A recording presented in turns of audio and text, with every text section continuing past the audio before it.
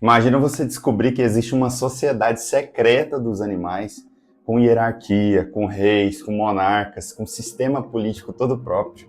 E uma estudante desse mundo usar um castor robô para transferir a sua mente para esse castor e entrar nesse mundo para ver se convence esses animais a salvarem esse mundo. Essa premissa parece um pouco maluca, né? Mas é a premissa do novo filme da Pixar, que chama Cara de Um, Focinho de Outro, ou no inglês Hoppers, e para mim é um dos filmes mais criativos que a Pixar fez nos últimos anos. Eu já assisti e saí do cinema com a sensação de que estava assistindo um filme da velha Pixar, sabe? Da Pixar clássica, onde a gente sempre ia explodir a cabeça com uma ideia fantástica que eles criaram. Amigos animais, os humanos roubaram nossas terras pela última vez. Olha ele aí. Tá na hora de revidar. Da Disney e Pixar. Parece que ela se tornou uma espécie de líder rebelde, tipo a Joana Dark. Mabel, não pode usar essa tecnologia pra perturbar o mundo animal. Ela achou o botão. Então, a história desse filme ela começa bem simples.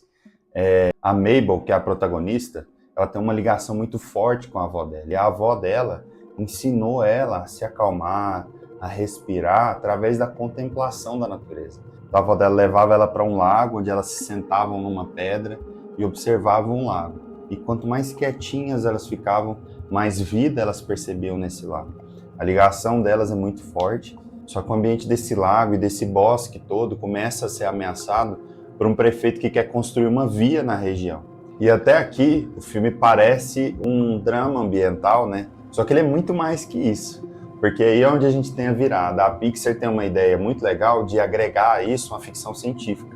Então a Mabel, ela tem ligação com um laboratório onde ela descobre que está sendo feito um projeto de transferir a própria mente das pessoas para dentro de robôs. Então ela descobre que um desses robozinhos é de um castor. E aí ela usa esse castor para entrar na natureza e convencer os animais a lutarem para defender aquele lugar. Ela descobre também que esse lugar tem várias regras internas, que os animais se relacionam, conversam. É uma ideia, na verdade, muito simples. E como os principais filmes da Pixar clássica, ela pega uma ideia muito simples e leva ela até o limite do que ela poderia ser. Por exemplo, Toy Story. E se os brinquedos fossem vivos? E se eles se mexessem quando a gente sai do quarto? E aí, pegando essa ideia simples, ela pega isso e leva até o limite. Os brinquedos com rixa uns com os outros, brinquedos maus, brinquedos bons, por aí vai. Esse filme em específico, ele tem um tipo de humor muito diferente. Normalmente a Pixar ela tem um humor mais inocente, mais familiar, mas esse aqui não, ele tem um humor mais ácido, de exageros, e é um pouco diferente do tom da Pixar que a gente conhece, mas mais parecido com os filmes da DreamWorks, por exemplo, Kung Fu Panda, Shrek. Um humor de exagero muito grande. Você vai ver, por exemplo, quando você assistir o filme, sobre animais que não deveriam estar voando, né, com algumas premissas de humor exagerado mesmo. Tanto que nesse filme, no terceiro ato, a gente tem um trecho bom, que ele se parece com um terror, mas não é exatamente um terror, mas um trecho mais assustador. E é até interessante, porque quando isso começa a acontecer, até as piadas mudam de tom. Você ri de algumas coisas e você fala, acho que eu não podia estar rindo desse negócio, hein? Ela faz com que isso não fique assustador demais e que funcione bem, mesmo para as crianças que estão assistindo. Alguns personagens do filme, eles roubam a cena quando aparece. Por exemplo, o Rei George, o Rei Castor, ele é um personagem que é todo coração e ele acolhe a Mabel desde o início. Você vê que ele é um personagem bondoso, que se importa, que tenta ajudar ela. Então toda vez que ele está em cena, ele rouba a cena. Por mais que o protagonismo seja dela, o Rei George rouba a cena toda vez que ele aparece. Um outro personagem que é muito interessante que é a Rainha dos Insetos, que na versão americana ela é dublada pela Meryl Streep. Lembra da chefe lá do Diabo Veste Prada? Ela era muito legal. Na versão brasileira, ela é dublada pela Renata Sorrah. É a nossa Nazaré Tedesco, lembra dela? A Rainha do Destino, desse meme aqui? Não fala, eu vou pegar o chiclete aqui pra você, mas fica quietinho, não aparece no vídeo, tá? Chega pra trás. Toma. E esse foi o primeiro trabalho de dublagem da Renata Sorrah. E ficou muito legal, porque ela adiciona um tom da voz muito interessante pra Rainha dos Insetos. Sobre o visual do filme, o visual dele é lindíssimo, é muito bem feito.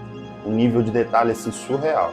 Antigamente, nos primeiros filmes da Pixar, da Disney em 3D, a gente via os personagens como se eles estivessem sendo gravados com uma lente que ela é ampla, onde tudo tem o mesmo foco, onde tudo está muito nítido.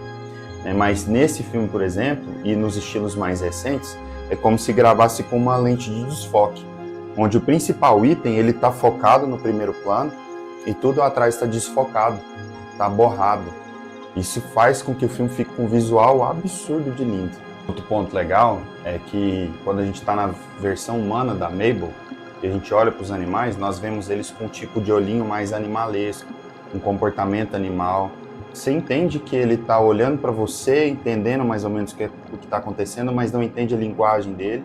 E quando ela vai para a versão castor, robô, aí isso inverte. Então os animais ganham uma aparência mais humanizada, com olhos grandes, com fala, e aí os humanos passam ao papel de predadores. E aí nós vemos os humanos mais animalescos. Isso dá uma linguagem muito interessante, que é a concorrência de ponto de vista, né? Nós observamos os animais como se fossem selvagens, mas eles, na sociedade organizada deles, olham para nós como se a gente fosse predador deles. Não, quietinho, encosta. Para não aparecer. Não, ainda não. Nesse vídeo não, eu vou gravar um com você depois, tá?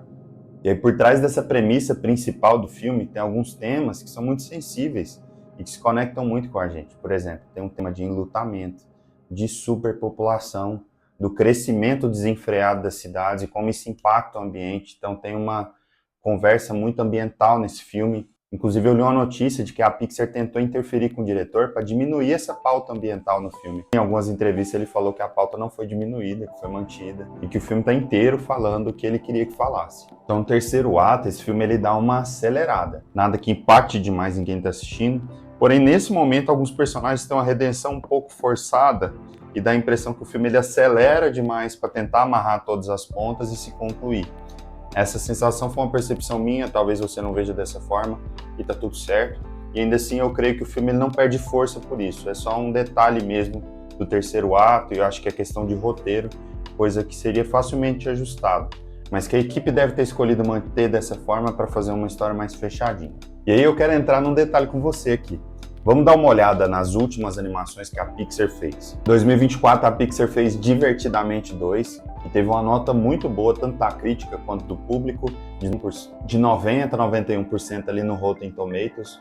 Teve um orçamento de 200 milhões de dólares, e aí aqui tem uma continha que a gente faz, e normalmente o filme ele gasta o dobro em marketing. Então se o filme custou 200 milhões para ser produzido, o mínimo que ele teria que faturar em bilheteria seria de 400 milhões para se pagar em marketing e a conta ficar no 0 a 0. Então, a missão do Divertidamente 2 era produzir no mínimo 400 milhões de bilheteria, mas ele chegou a bater 1,68 bilhão no mundo. Então, ele faturou dinheiro demais da conta. Foi um filme muito bem sucedido. E aí, voltando um pouco mais no tempo, nós temos o filme Elementos, em 2023, que é um romance meio Shakespeare. A nota dos críticos dele foi de 73%, já foi um filme muito mais mediano. Nota 7. Ele teve um orçamento de 200 milhões, ele teve uma bilheteria de 496 milhões, ele quase não se pagou, ficou ali no limite. Um ano antes, em 2022, nós tivemos Lightyear. Lightyear teve uma nota de 74% no Rotten Tomatoes, Lightyear teve um orçamento de 200 milhões e uma bilheteria de 226 milhões. Se pagou? Não se pagou. Esse aqui deu prejuízo para a Pixar.